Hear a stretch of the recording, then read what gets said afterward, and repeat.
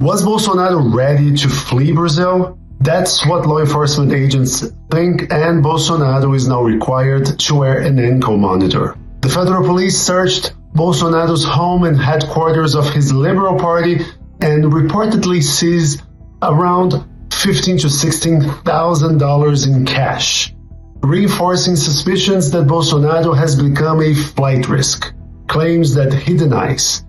He is facing the prospect of over 40 years in prison for multiple crimes related to allegedly plotting a coup d'etat in 2022. With his Supreme Court trial approaching, Bolsonaro is suspected of plotting a way to flee the country, potentially to the US, where he could ask Donald Trump for political asylum. The US president is using the case as yet another justification to play his international trade game and linked a massive 50% tariff on all Brazilian exports to Bolsonaro's upcoming criminal trial, something that the former Brazilian president has publicly agreed with.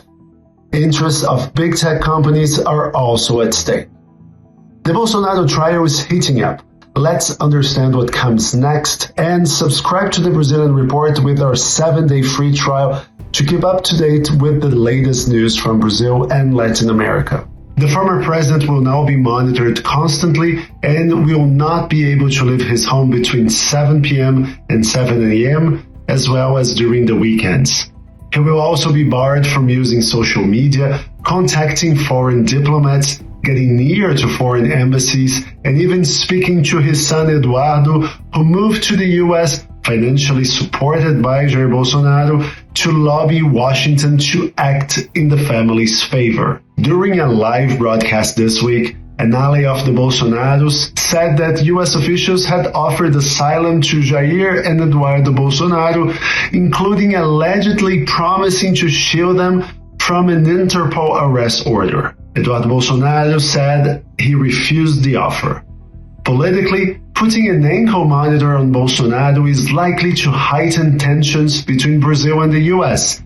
Legally, it indicates that, despite US pressure, Bolsonaro could be heading toward an even harsher conviction than initially expected, as he appears to have committed crimes during the proceedings. A new investigation has been launched.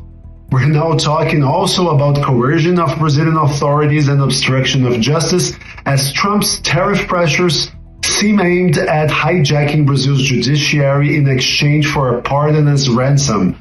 Bolsonaro is even under investigation for an attack against national sovereignty. Bolsonaro's lawyers claim to be outraged. They said that up to now he has always complied with the court's rulings.